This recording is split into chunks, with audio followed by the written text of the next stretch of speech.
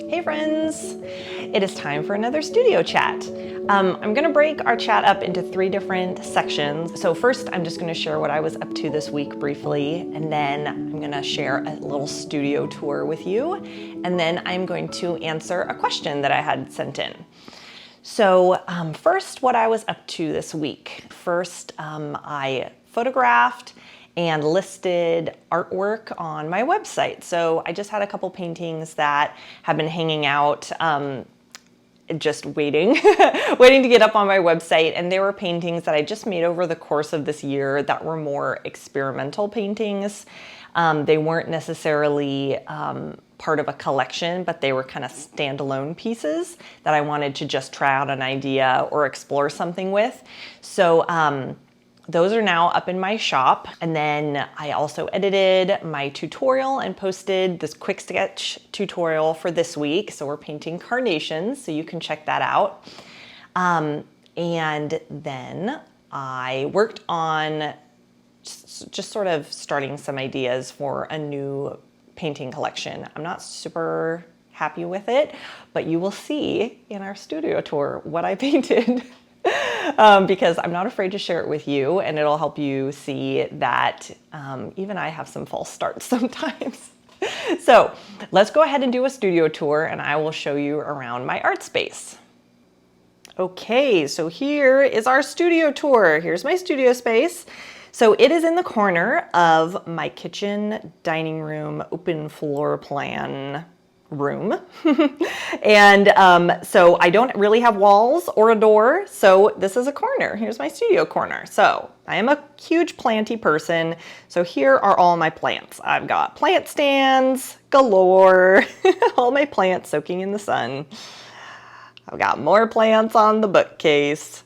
And I also have some of my art books and then baskets, storage baskets here that I have art supplies saved in. I've got my blow dryer tucked down in one of those so I can easily pull it out. It's on an extension cord, so I can pull it out over to my desk when I'm working. So that's really handy. I've got my art cart here. So this is one of those really cool IKEA art carts that everybody seems to have. So I've got my fluid acrylics, cleanup brushes, and then this nice little caddy with my tubes. And then I've got all of my varnishes and spray paints and all that good stuff down there. And my desk it's a drafting table. I made this wood top to put on top of it, but it's a drafting table, so it has some nice storage underneath. And here is my desk. So when you see tutorials, it's on this table here. I've got my palette, my nice Neocolor crayons. I love these guys. My brushes, all the little odds and ends, all the little like pencils and pens that I use to sign things, and my eraser and all my favorite brushes. These paints here are, what are these? These are like condiment tube things, squirt bottles, not tubes, squirt bottles. I bought those for these large tubs of, they're like soft-bodied acrylics I bought one time. It's from a brand called Novacolor, and they come in tubs, but I don't really like to screw open a tub every time I want to get out some paint, so I put them into these, which I love. Here's my palette. Okay, this is what I painted this week. I wanted to paint some woodland inspired things. That's what my new collection is going to be. At least that's what I'm trying. But I wanted to paint a fox with interesting florals around it. These turned out very simplistic and kind of too, I don't know. They feel too like a pattern to me. Because the reason is I was looking at William Morris patterns, and I love this William Morris book. And you can see he has very stylized, that's the word, stylized, very stylized patterns. So I was looking at that for some inspiration, but this is too stylized for my taste or for my vision for what I am going for with this collection, I think. So I like the fox, but I think I might try on a bigger surface, like maybe a canvas, and see if I can do some more realistic flowers with it. So that was a try. so we'll try again. But those are all the colors that I mixed for that painting. I know palettes are always so fun to see, so there's the palette for that.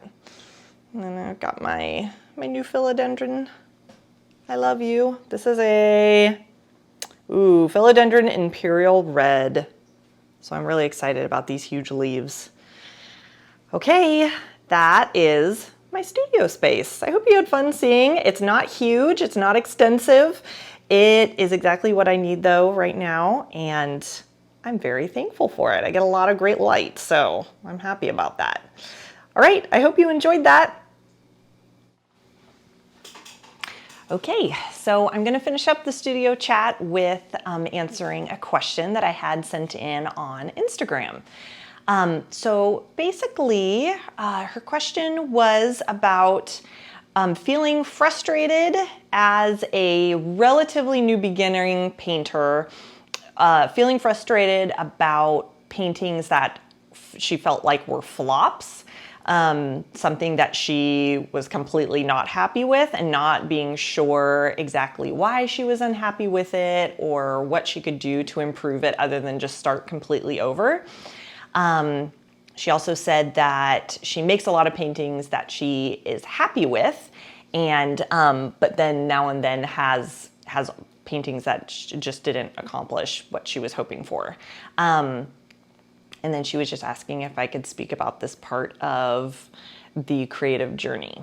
I would say that as I have grown as an artist, I have made fewer and fewer paintings that I felt like were like not salvageable. I think the thing that has grown the most for me is being able to problem solve and to work through a painting and to get it to a place where I do like it. And being familiar enough with my process and my techniques and what I like to be able to see what it is that's going wrong in the painting and being able to correct that and like even course correct along the way till so that I don't finish a painting and then go, what went wrong?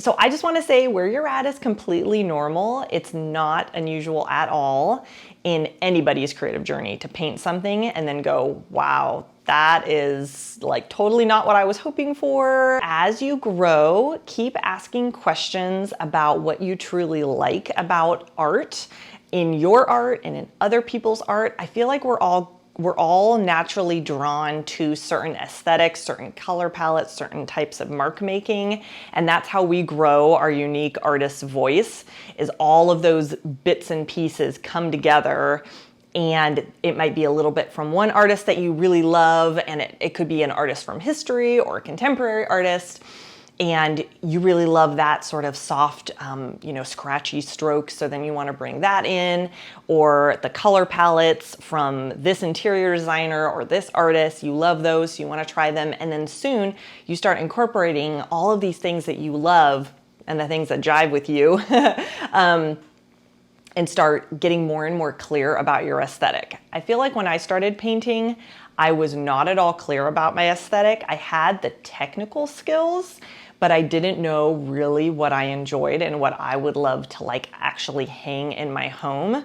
So I had to work through a lot of things that at the time I was kind of like, oh yeah, that's nice, but that isn't, necessarily something that like speaks really clearly to my artistic sensibility. As you're working, and you'll get more clear about the things that you like, and you'll also grow in your technical skills. Part of growing as an artist is simply growing your technical skills. And we all have to go through the rough phase where we make ugly paintings that just because our eyes and our hands do not work very well together.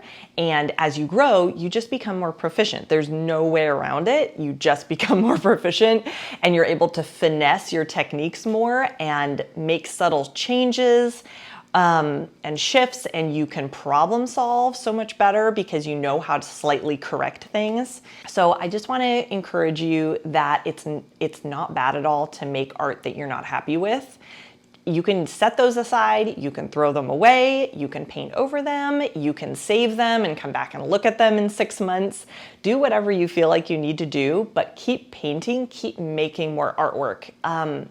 Once I became committed to creating volumes of artwork, like just keep painting, keep coming out with collections, keep making new work, and I just felt like I was on this forward journey that was quickly leaving behind like my old way of doing things and discovering new things all the time. And I still feel like I'm on that journey. Like every new collection I make, I feel like I'm learning something new. I'm incorporating what I liked about the past and then bringing it into the present art and then trying new things. And I'm mixing and matching all of those different techniques and ideas. And so I would just encourage you that creating lots of artwork, I think, is the answer. And then also getting very specific about maybe an area that you would really like to grow in, and then finding people to educate you about that. I went to college and majored in art, and so I have a formal art background.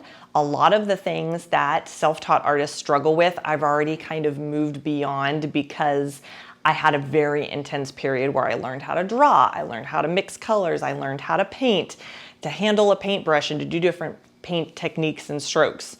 And so if you feel like you're just struggling with one of those areas still because you may be self-taught, find somebody who can teach you those things and just focus on that for a while to get better at drawing or to get better at color mixing.